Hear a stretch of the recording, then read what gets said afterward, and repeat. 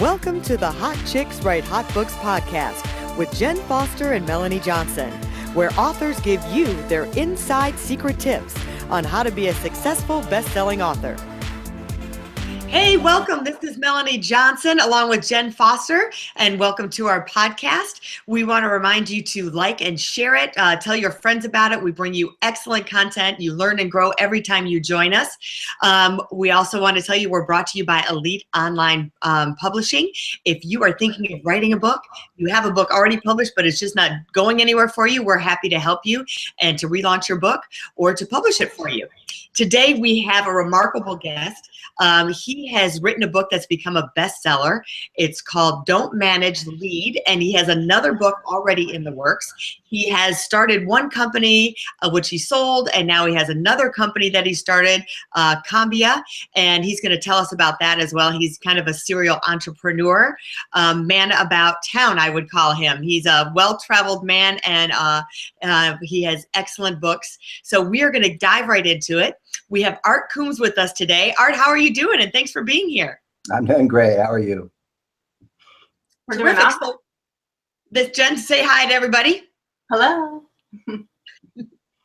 So Art, tell us a little bit about your journey from starting companies and then writing a book and how those two tied in and how you were inspired to start companies and then also write a book. Oh, golly. How did I start starting companies? I guess the first influence I had was my father, who was an entrepreneur. And I think like most children, you just watch your father go off to work and they do what they do. And it wasn't until I was in my mid-20s that I truly understood what my father did. And that had an influence on me. The first company I started was a colossal failure in most people's eyes. I considered it a wild success because I learned tons of lessons. But then I went off and worked in the corporate world. I lived in Europe for about 8 years and did some other things. But in the process of that, I often was setting up divisions or essentially setting up companies for other people. And I learned a very valuable lesson there as well. I had spent about 4 years in Europe for a particular company. And we had grown very, very quickly. And it wasn't because of me. We just had great people and a great product. And we went from zero, one employee. I was the first employee in Europe. We went from zero revenue to about $150 million in revenue a year. Wow. About 6,000 employees. And this company went through an IPO. And I don't know about you, but I had fairly high expectations as to the piece of the pie I was going to get as a result of how we grew Europe. And the CEO called me and he said he was very grateful and very appreciative for everything I did, and that he was going to give me 500 shares of stock, which was approximately worth about $5,000. Now that may seem like a lot of money to some people, but to me, honestly, the vivid image that went through my mind was I was a waiter at a very upscale restaurant. I just waited on a table of 50 people, and they flipped me a nickel on the table for a tip. And my right-hand man, my CEO, he even got less, which I think he should have gotten more than me. But we went to lunch. And he was very bitter, very angry, very frustrated. And there were some very vengeful feelings that were taking place. And I said to him, I said, Keith, we can learn from this, or we can just get all upset. And so anyway, we made a pact that the next time we got involved with another company, we were going to do it differently.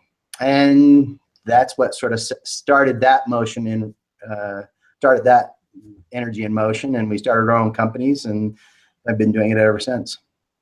I love how you said it's almost like you can look at the glass half empty or half full, right? It's like we can learn from this and move on and never make this mistake again, or we can be bitter about it and wallow in it and never grow. Right. It's the old Steve Covey analogy of, you get bit by a snake. yeah, you can get angry at the snake and you can chase the snake, and all that does is accelerate the venom that is coursing through your body, and you die faster. Or you can calmly tie it off, walk to the doctor, and say, okay, I learned a lesson. I'll never put myself in that position again, and just move on. So anyway, that's sort of what has happened professionally for me. And I have found I do not like kicking people's asses, and I don't like people kissing my ass. I'm not very politically correct, so I'm not good in big companies. I just like a very authentic, candid, environment. And for me, that typically means a smaller group of people where there's a very high level of trust, a very high level of respect. There's no ego involved. If people don't like what I say or I don't like what they say, and we challenge each other, nobody's going to lunch going, oh my gosh, am I worried about my job, or is someone stabbing me in the back, something like that. So anyway. How do you think that equates to? I mean, that sounds also kind of goes back to your book about leadership, having those qualities as a leader. And I love in the first part of your story that you started that first company and said you failed miserably, but it's like you kind of paid for your MBA. And so many people don't look at that of what can I learn and go from that. So what part of that culture transcends to making a company successful, that companies need to have strong leaders?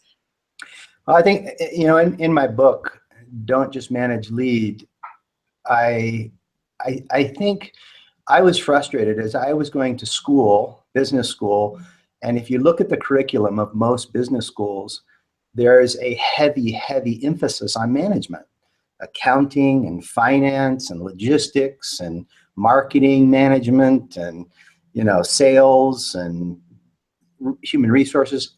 But it all centered around measuring things. And there were very few, and I think it's getting better, but when I was going to school, there were very few courses on leadership. And it's hard for universities to really grapple with it, or at least I think it was back in my day, because there was nothing to measure. You can't measure. When you talk about leadership, you're not talking about numbers. Management always talks about numbers. Mm-hmm. Leadership never talks about numbers. Leadership talks about vision and integrity and, being authentic and being vulnerable and being real. And leaders ignite that emotion in you that you go, wow, I want to follow this person. I want to go where this person's going. I believe in what he or she believes in. So anyway, I think as time went on, and as I was asked to speak at different conferences, I just always kept sort of hammering away at this whole concept of the difference between management and leadership. And management's good, it's important, but leadership was the capstone on that I think was often missing, and that's how the book came to be. Awesome. So you talk about leadership a lot. What kind of role models or mentors did you have that gave you the example of leadership and that you talk about in your book? Or yeah, first of all, I think leaders are all around us. I remember going to scout camp as a young man, and there was an old gentleman that worked the snack shack. And I didn't realize it until I was a scoutmaster and I was taking my scouts back to this camp. And that old guy was still there. And as I got to talk to him, I realized that he had a doctorate degree. And I sit there and I go, wow, here's a guy with a doctorate degree that spends his summers working with youth and selling them snacks at this little snack shack. And to me, that's leadership. It's giving back and giving back to the community. And I'm sure when he was going through his doctoral, process, he didn't envision himself, in an old t-shirt and jeans selling, candy bars to kids. But here he was, and he made such a difference on so many people's lives just from working behind that snack shack. Another example for me, I was truly blessed to have the most amazing father on the planet. And he never verbally preached, but through his actions every single day, the small things he did every day taught myself and my siblings what it meant to be a leader, what it meant to be, you know, a truly strong, vulnerable, real person. So there are tons, you know, you could go down many, John Wood, Vince Lombardi, you know, Abraham Lincoln, John Thomas Jefferson. I could go through tons of leaders historically that I love to read about and love to read about their lives, and they inspire me. But those that inspire me and have had the most effect on me are those that you would never read about in a management or a leadership book. They're those who touch me personally and very emotionally. So what would you say, a lot of our listeners are business people or small to medium-sized businesses, and their parents. So kind of some of the strategies overlap, but what are some of the key strategies someone should do in a small business to make sure they're being a good leader and to implement that? And then on the other side of the coin is, how do you become a great leader of your family? So many times I used to push off any material on leadership. Oh, I don't need that. You know, I'm not running a big company. I don't need to be the leader. And it took me like just so recent years that I went, oh my gosh, I'm leading my family. I've got to lead my kids. And the light bulbs went off, and then I wanted to absorb everything on leadership. So Right. That twofold strategies for business owners, as well as for leading your family. I think the most important thing for a leader to do is to paint a vision as to where they want to go. And I believe real leaders want to change things. If you look at most political events, people gravitate to those political leaders who are out there saying, I'm going to change things. The leader who says, hey, here I come, we're going to maintain status quo, you know, they'll lose every time. Leaders have this instinct to change things. So if you're going to be a leader, never be satisfied with the status quo. Always challenge it, always push yourself, always think about how can I do this better, bigger, cheaper, smaller, whatever it is my customers want. I've got to figure out a way to truly exceed their expectations. And that's another thing. It's all about expectations, setting expectations and then exceeding those. But you know, you make a great point. I believe that being the leader in the home, and I agree with you, I'm a parent like everyone else, and I've got 4 kids and range wildly in age. But those are the individuals that see me day in and day out. You know, you can come to work. I think a lot of people can come to work and they sort of put on this mask, and they take on this mantle and they take on this persona. And yet, if it's not authentic, if you go home and all of a sudden you drop your mask and you're someone completely different, believe me, you're not leading the most important people in your lives, and those are your kids. And the people at the office, they see right through you. Leadership, I think, is truly authentic and vulnerable. And the other thing is, I find that the same issues my kids wrestle with are the exact same issue that my employees and my colleagues wrestle with. You know, when my little girl is insecure and nervous about going into high school, and she's worried about, you know, she's got body image, or she's concerned about acne or whatever it is, right?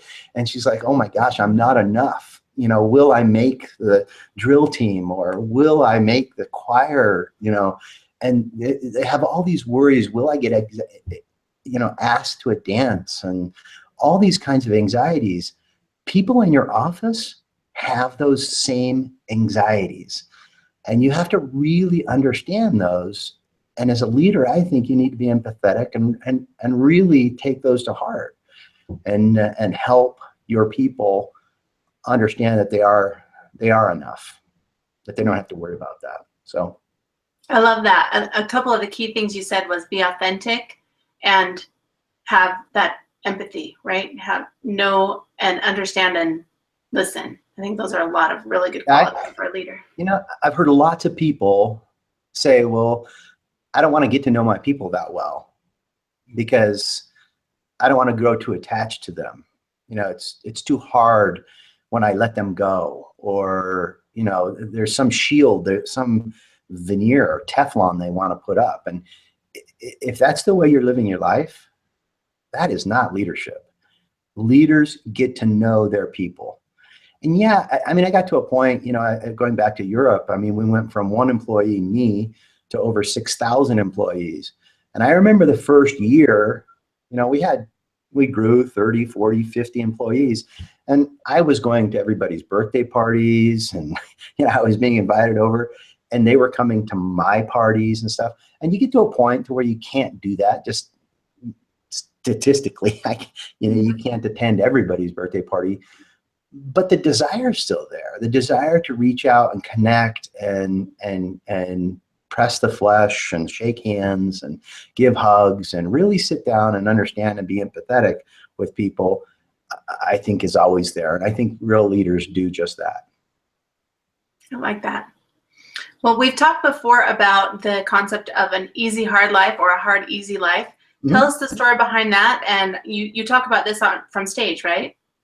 I do. And actually, this is the catalyst or the foundation of my third book that I'm currently writing right now.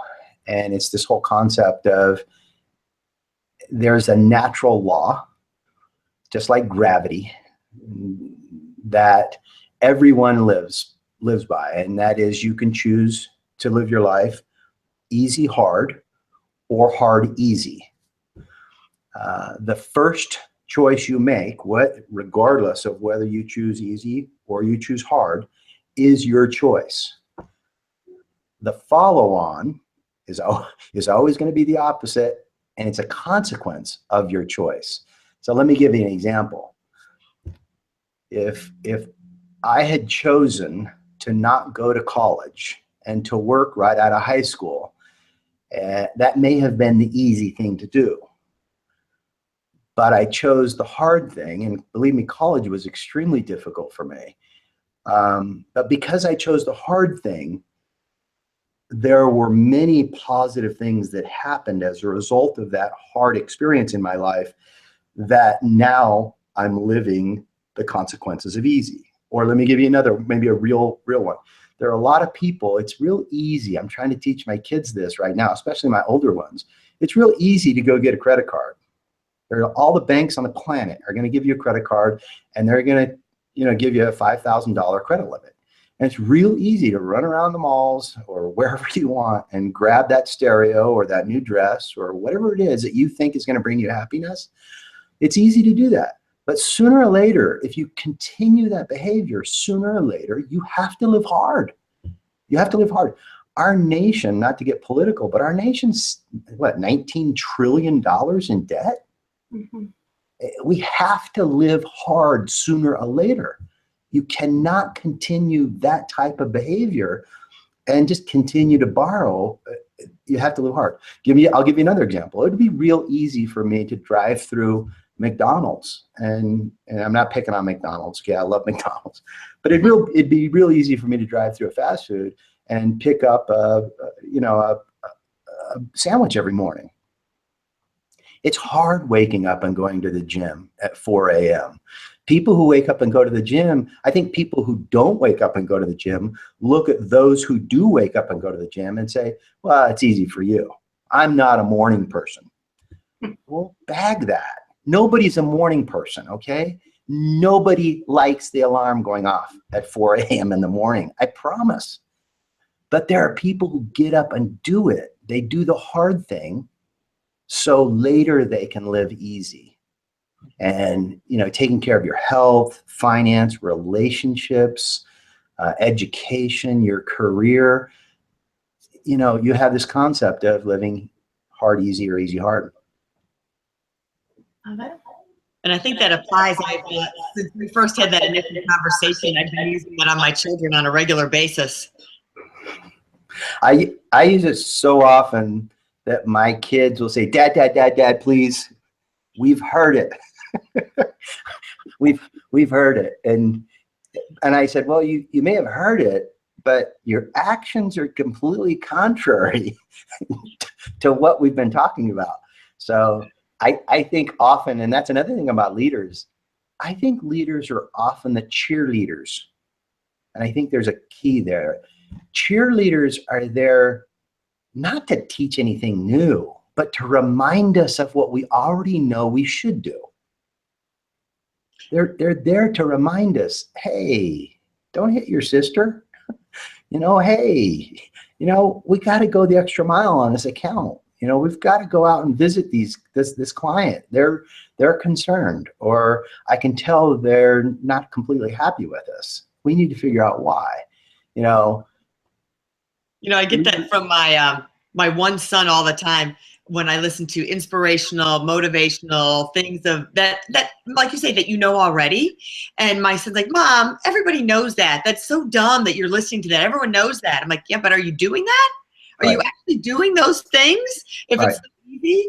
And there is really a whole population of people that don't know that at all. I was talking to someone in a taxi or an Uber driver, and we were talking about his goals and aspirations and things that I was telling him. He was like, "No, I never heard that before. No, I didn't know that." Yeah. Again, it's the whole easy, hard, easy thing. It's a concept. I think it's very natural to people. But again, I'm on this. First time I heard it, I was on this cattle drive. My horse I wanted to cross this river at a certain spot. My horse didn't want to. My horse wanted to go upstream. And I kept thinking, no, that's terrible up there. It's worse up there. You want to cross here. And my horse and I were having this argument. And finally, I was getting frustrated. So finally, I was like, okay, whatever. You want to cross up there? I'll let you cross up there. And just this old cowboy friend of mine, he was sitting there right on his horse, a big bay he calls General, right around the pine. And he'd been watching this whole situation. And right as I was about to give in to my horse, he yelled out at me. He said, "Coombs, you can live easy hard, or you can live hard easy. It's your choice." And I had never heard that. And I was like, "What are you talking about, Gordon?" And he said, "It's the easy thing right now to give into your horse. And yes, you can cross the stream and you can catch up with the rest of us. Or you can go back and cross that stream where you want to cross the stream. And it might take you a half an hour. It might take you 4 hours. I don't know. But if you give into your horse now, you will be fighting this battle for as long as you ride that horse. Because the horse will always want to cross where he wants to cross, not where you want to cross." And I see this, we see it in supermarkets, we see it all over the place. We see it in parenting all the time, and I fall victim to it as well, right?